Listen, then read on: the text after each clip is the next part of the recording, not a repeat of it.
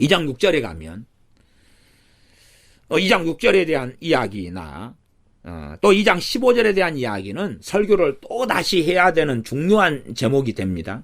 그래서 언제 기회가 되면 2장 6절과 15절을 설교를 다시 해야 될 것 같습니다만은 간략하게 좀 보면 2장 6절에 오직 너에게 이것이 있으니 너가 니골라당의 행위를 미워하는도다. 나도 이것을 미워하노라. 니골라당의 행위, 이것을 보고 어떤 사람들은 궤변을 일삼기도 합니다.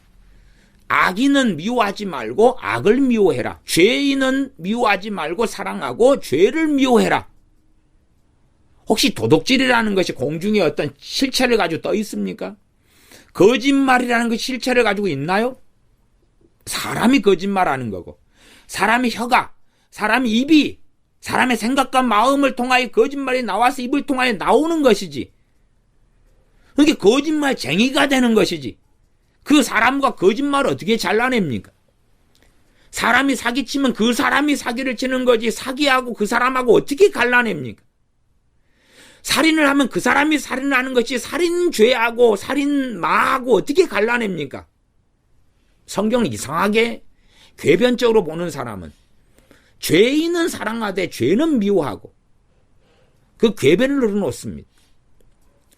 그럼 그렇게 말하면 죄인은 다 천국 가고 죄만 지옥에 가고, 악인은 다 천국 가고 구원받고 악만 지옥에 가고, 그딴 일이 벌어지겠죠. 그럼 지옥에는 아무도 없죠. 죄하고 악만 있겠죠. 말이 됩니까?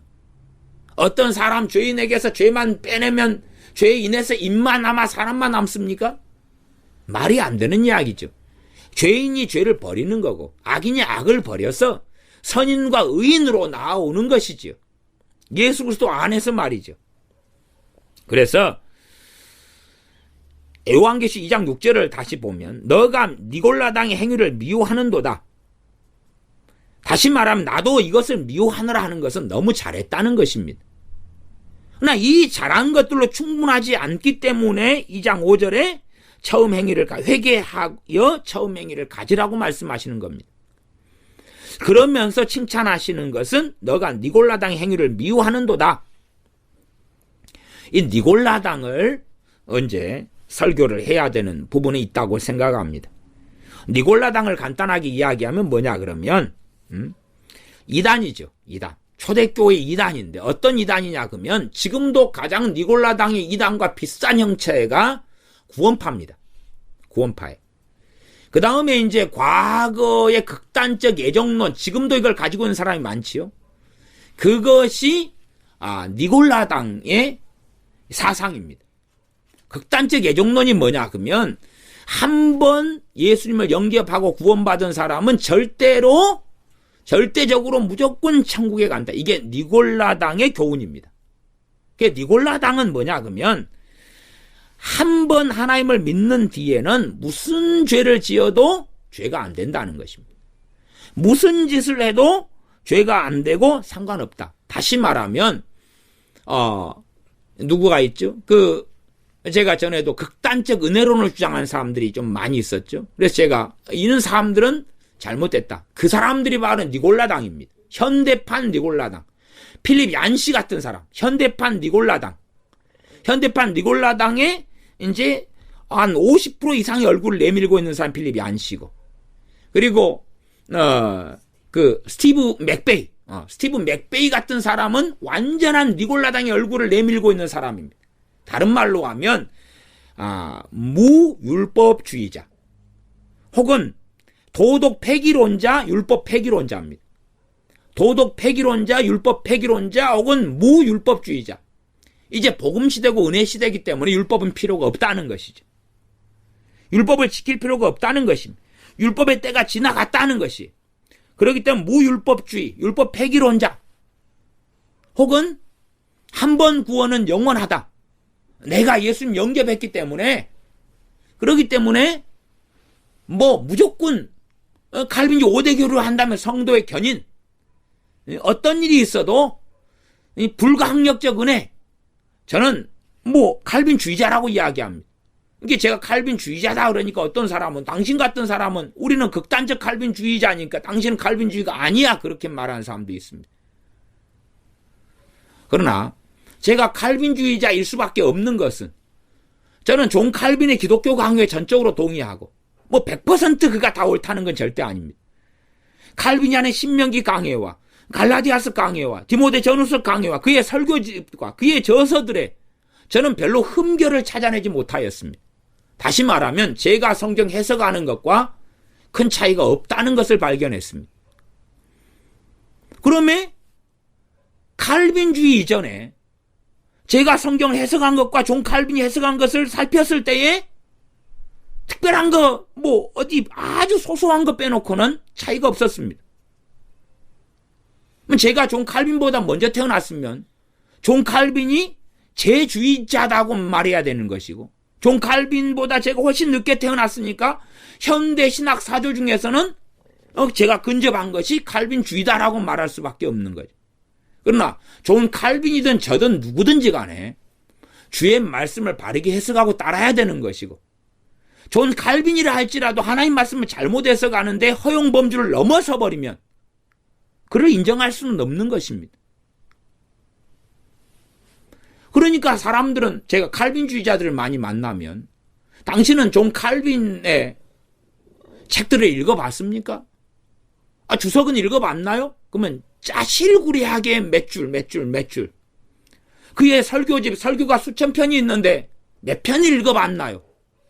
설교는 전체 통으로 1시간 이상씩 했으니까 전체 문맥과 맥락이 나와 있죠. 한 본문에 대한 설교. 읽어보셨나요? 아니요. 한 번도 읽어본 적이 없습니다. 대학 박사님들에게 물었습니다. 신학 박사님들, 칼빈주의 신학 박사님들에게 존 칼빈의 설교를 읽은 적이 있습니까? 없다 그래요. 근데 어떻게 칼빈주의자입니까? 웃기는 이야기죠. 그런 일들이 비일비재하더라 그 말이에요. 어쨌든 성도의 견인이다 그러면 두 가지로 해석이 가능합니다. 당연히 믿는 자는 끝까지 지키시죠.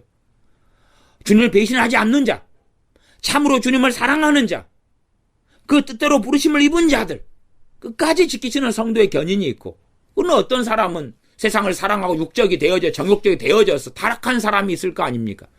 세상을 사랑하여 간 대마 같은 사람이 있을 거 아닙니까? 불의의 싹을 사랑한 발람 같은 사람이 있을 것 아닙니까? 그런 사람에게 어떻게 성도의 견인이 해당됩니까? 해당되지 않지요. 그래서 니골라당의 행위를 미워하느니 에베소 교회는 바로 말씀을 알고 있었다 그 말. 다른 말로 하면 배교를 알고 있었다 그 말. 배교. 제가 신학대학원을 광신대 지금 합동입니다.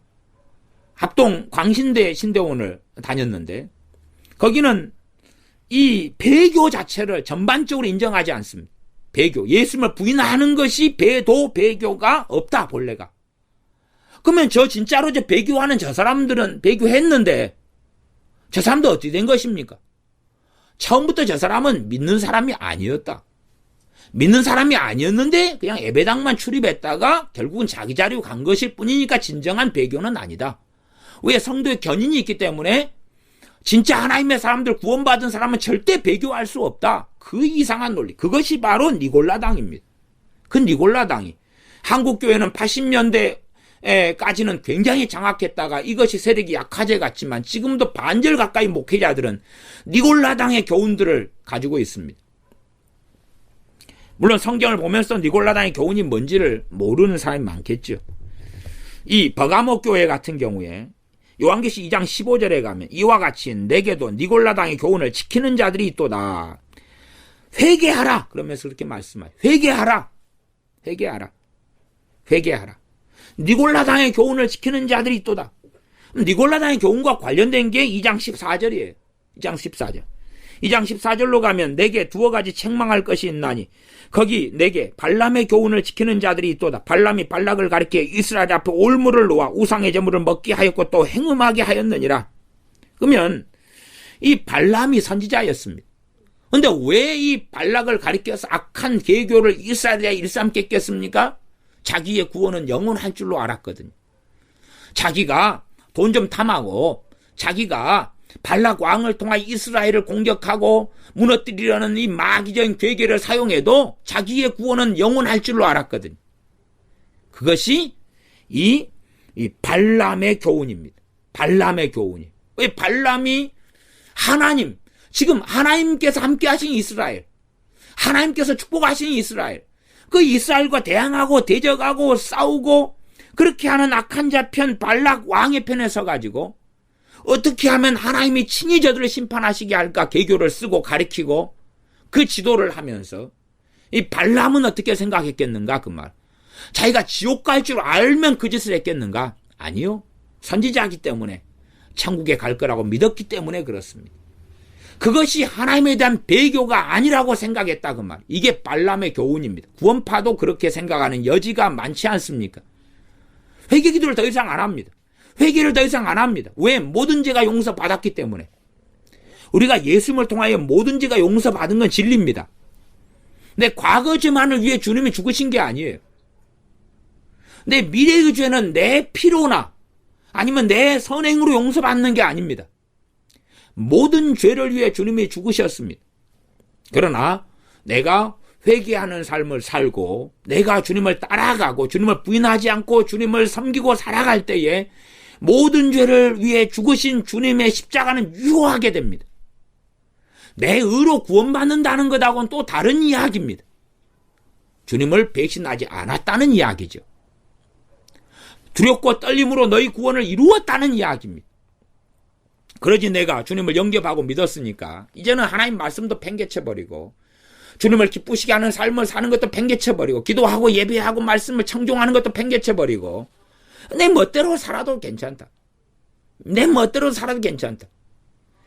이 발람의 교훈 또한 니골라다의 교훈이 팽배한 자들이 누굽니까? 로마 카톨릭입니다.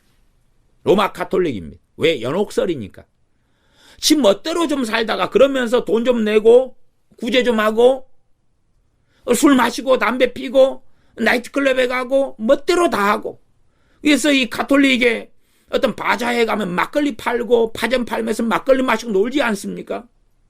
그러면서 바자회에서 남긴 돈으로 이제 구제한다는 거죠. 어려운 사람 도와준다는 거죠.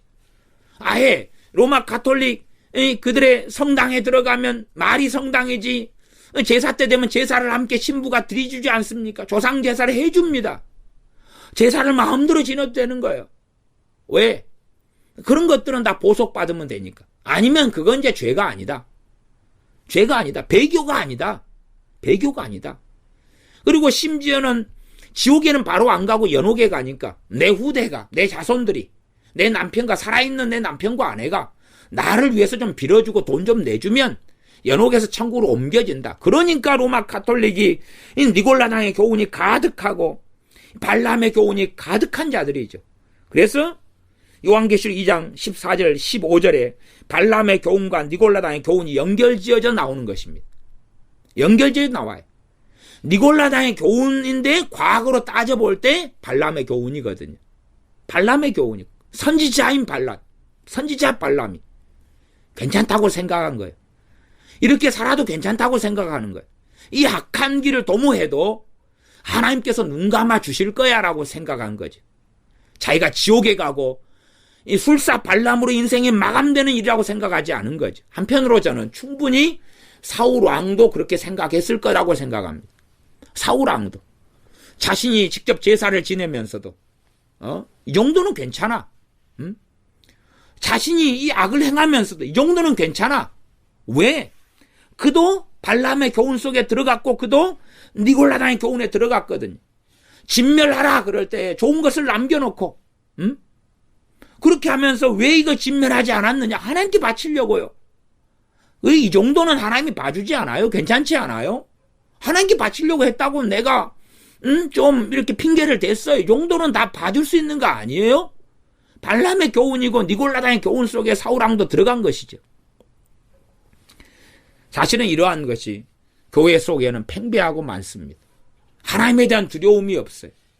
그래서 이 니골라당의 교훈이 광범위하게 퍼지면 하나님의 사랑, 은혜. 은혜도 그리스도 안의 은혜고 그리스도 안의 은혜. 사랑도 진리의 사랑입니다. 진리의 사랑. 진리의 사랑이에요. 그러나 사랑, 은혜, 용서, 하나됨, 평화, 화평, 그리고 끝입니다. 끝입니다.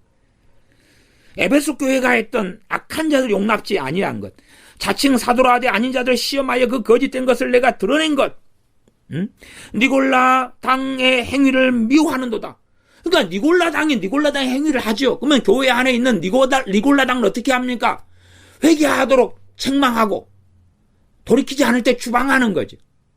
추방하는 거죠. 왜? 미워하니까. 니골라 당의 행위를 가지고 있고 니골라 당이 니골라 당의 행위를 버리면 그들은 더 이상 니골라 당이 아닙니다. 그러면 이제 회개한 자들이니까 받아들일 수 있고 용서할 수 있죠. 그러나 니골라 당이 니골라 당의 행위를 계속 하는데 용납할 수가 없죠. 미워하는 거죠. 니골라 당을. 그렇기 때문에 니골라 당은 추방하는 것입니다. 이게 성경을 부분적으로 알면 이 하나님은 사랑의 하나님이고 미워하는 하나님은 아니라 그러죠. 성경을 어떻게 알면 그런 궤변이 나오냐 그 말이. 하나님은 사랑의 하나님이시고 미워하시는 하나님이십니다. 그리고 우리도 사랑할 때가 있고 미워할 때가 있다고 전도서 3장에 말씀하는 거예요. 니골라 당 행위를 미워함. 니골라 당이 니골라 당의 행위를 하지. 행위만 미워한다는 이야기가 아닙니다. 니골라 당을 미워하는 것입니다. 이단의 행위는 미워하고 이단은 사랑한다? 아닙니다. 이단의 행위를 미워하기 때문에, 이단을 미워하기 때문에, 또한 그를 사랑하기 때문에 한두 번 훈계하고 교훈하는 것입니다. 그러나 듣지 않을 때에 그들과 절규하고 끝내는 것입니다. 그게 성경에 나와 있는 말씀이죠. 그래서 이 니골라당의 행위, 또한 니골라당의 교훈을 에베소 교회는 분별했고 물리쳤습니다. 물리쳤어요. 예수 그리스도를 통한 은혜를 통한 구원을 믿고 그러면서도 예수를 믿을 때 구원받았음을 믿고 아는데 그럼에도 또한 배교하지 않고 주님을 따르면서 두렵고 떨림으로 구원을 이루어야 하는 것을 함께 알고 있었다 그 말이에요. 에베소 교회는. 그러나 니골라당의 교훈을 따라가고 그 속에 들어가 버리면 그런 상황이 고린도 교회에서의 어떤 사람들에게도 벌어졌던 것입니다. 벌어졌던 것이. 그러나 그렇게 되어서는 안 된다 그 말이죠.